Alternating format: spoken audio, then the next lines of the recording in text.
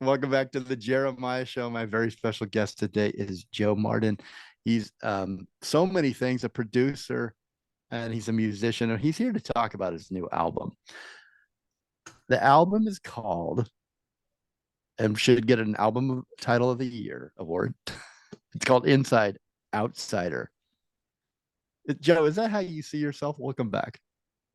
Yeah, for sure. Having grown up as in the music biz, son of a famous producer, arranger, it's sort of yeah, you kind of feel like on the one hand you have all this inside stuff, and on the other hand you don't necessarily feel like you're totally part of it either.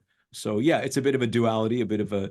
It also refers a little bit to my relationship to the guitar because even this is a guitar-based record, but I don't really consider myself a guitar player. Certainly not first.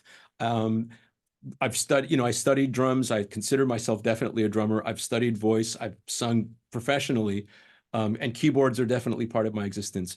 But my relationship to the guitar is something else, and that was part of one of the reasons why I wanted to make a guitar-based record because it offered me a struggle, or as the Zen aphorism goes, the obstacle is the path.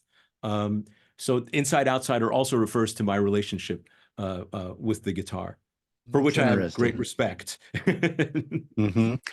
I have great respect for that outlook. That you look for challenges and obstacles, and maybe that's why you've been so successful in your producing career and learned all these different things. Is that something that you consciously say, okay, I'm having trouble pushing this boulder up the hill. I could leave it right here and walk around it, or I'm going to keep pushing it up the hill. Is that how you approach life, Joe? Well, I don't know if it's how I approach life necessarily, but I think one of the worst things that people might have said about the record, aside from saying that they hate it, which of course we hope everybody likes it, but what I wasn't looking for people to say, good job, professional, well done, because then really what's the point? Yes, I'm a professional and I can do these things. I wanted to challenge myself and to sort of hope that in approaching this through the guitar, that some struggle would come through and that I would actually um, create some kind of tension in the music that wouldn't happen on instruments that I'm completely comfortable with. So, and I try to come up with things that perhaps a more orthodox approach on the guitar might not have yielded. So that was kind of part of it, yeah. And also, It's in, I like the feel of myself playing the drums, playing the guitar, sometimes other instruments, singing. I like the way all of the rhythmic feel of those three people, those three me's, so to speak, kind of meshed.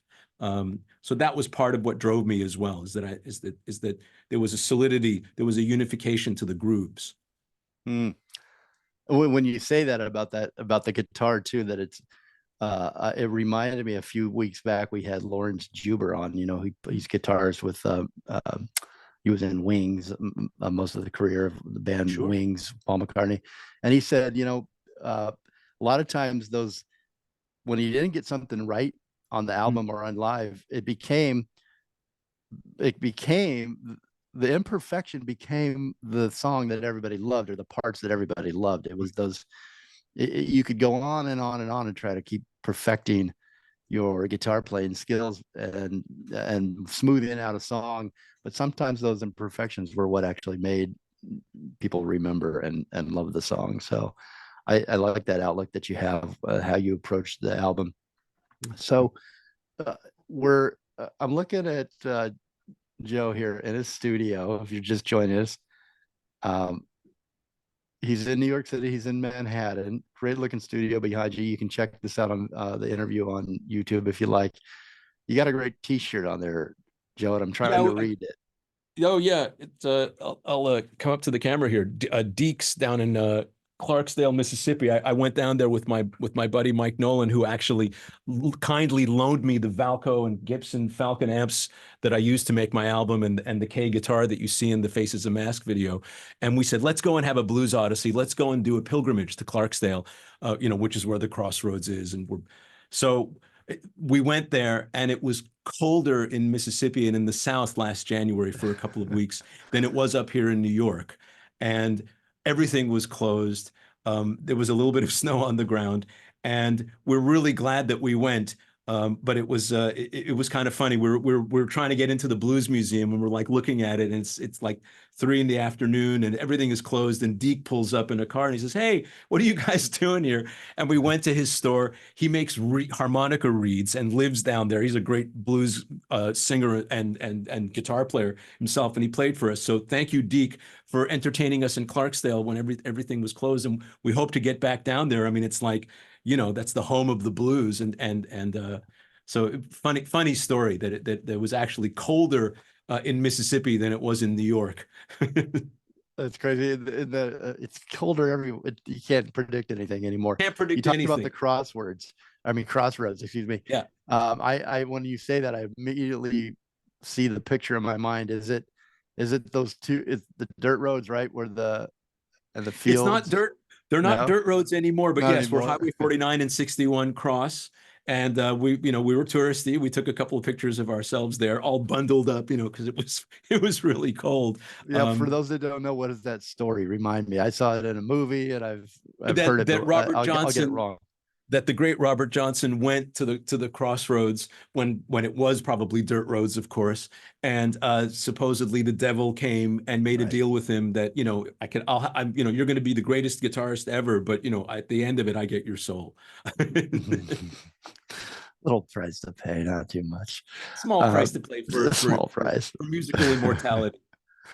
Okay, so at least it's an interesting story, right? You dance with the devil and you play like that. All right, I wanted to go back. I've got 2 minutes until our next break here, so I'm not giving you a lot of time to answer this. But we established in the first segment. If you're just joining us, we're talking to musician Joe Martin. His new album is out. Inside Outsider is the title. We established in the first segment that you have been in music your whole life. You got bitten by the bug early. Your father was a famous music producer. You were at Atlantic Studios. I think you said you were about 8 or so. So you've been kind of playing around since 16 with the consoles and the producing. How long have you been a musician, Joe? Oh, like playing in bands like in high school kind of thing? Yeah, I mean, when were you good enough? I mean, I know you played the drums at 8, but when would you? I was a pretty good drummer in high school. Yeah. Yeah, I was in a couple of bands, and sometimes I would sort of I was pretty good, and did my first session for my dad somewhere around there, around 16 or something.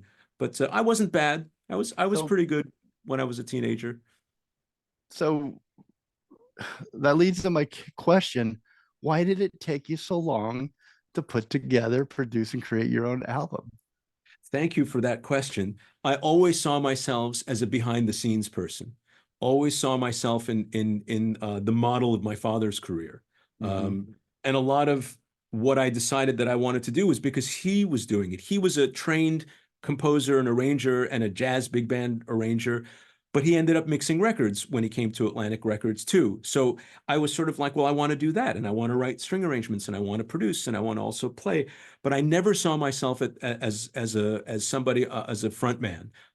In the high school theater, I was the set designer, I was the lighting designer, I was the stage manager.